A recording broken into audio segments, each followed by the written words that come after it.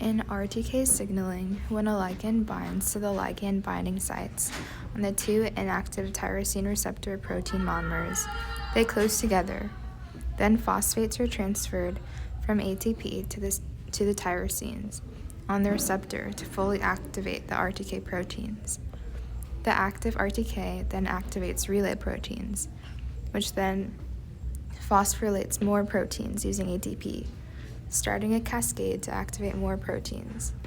The ending protein then enters the nuclear membrane to trigger a cellular response. In the case of the ligand, the epidermal growth factor, or EGF, when it binds to the EGF receptor, it activates the RAF protein, which then activates MAPK kinase, who then activates MAP kinase. MAP kinase then enters the nucleus to phosphorylate transcription factors, leading to the transcription of genes promoting cell growth and division. DNA replication begins when helicase splits apart the strands of DNA by breaking hydrogen bonds holding complementary bases together. After this, primase lays down RNA primers which act as a starting point for DNA polymerase to begin laying down DNA in the 3' to 5' direction.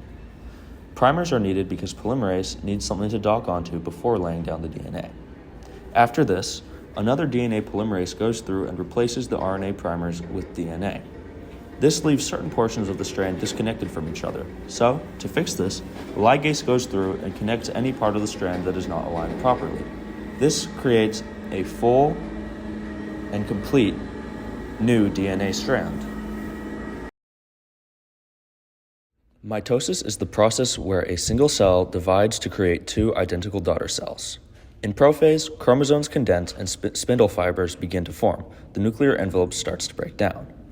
Next is metaphase, where chromosomes line up in the middle of the cell guided by the spindle fibers. In anaphase, the sister chromatids are pulled apart from the kinetochores and moved to the opposite poles of the cell. In telophase, the nuclear envelope reforms around each set of chromosomes, creating two nuclei. Finally, cytokinesis divides the cytoplasm, resulting in two identical daughter cells ready to grow and function.